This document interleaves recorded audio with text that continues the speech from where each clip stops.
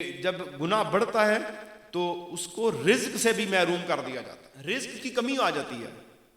جسے بڑے شوق سے لوگ، پیسہ ہے وہ زنا بھی کر رہا ہے، پیسہ ہے وہ شراب بھی پی رہا ہے، پیسہ ہے وہ نشہ بھی کر رہا ہے، پیسہ ہے وہ جوا بھی کھیل رہا ہے، پیسہ ہے وہ سیر و تفریح کے ساتھ جو ہے نا جی ٹورز کے اوپر جا رہا ہے جی، آج سوات جا رہے ہیں جی، آج ادھر جا رہے ہیں جی، آج ادھر گھوم پھر کے وہ اپنا وقت گزار رہا ہے اور گناہوں کے اندر مست ہے، اسے کوئی فکر نہیں ہے مرنے کی۔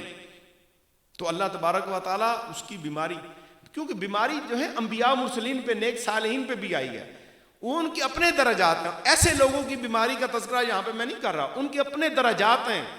حضرت ایوب علیہ السلام پہ بیماری آئی تو یہ کوئی نقص نبوت نہیں تھا، وہ ان کی اپنی آزمائش تھی۔ اسی طرح اولیاء بیمار ہوئے، حضور صلی اللہ علیہ وسلم کے صحابہ بیمار ہوئے، جیسے آپ تیمارداری کے لیے جاتے تھے۔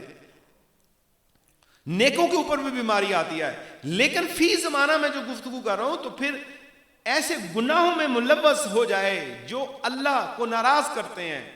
اللہ کہتا ہے یہ میں نے اسے پیدا کیا، میرا بندہ ہو کے میری بات نہیں مان رہا، تو پھر اس کے رزق تھوڑا سا کم کر دیا جاتا ہے۔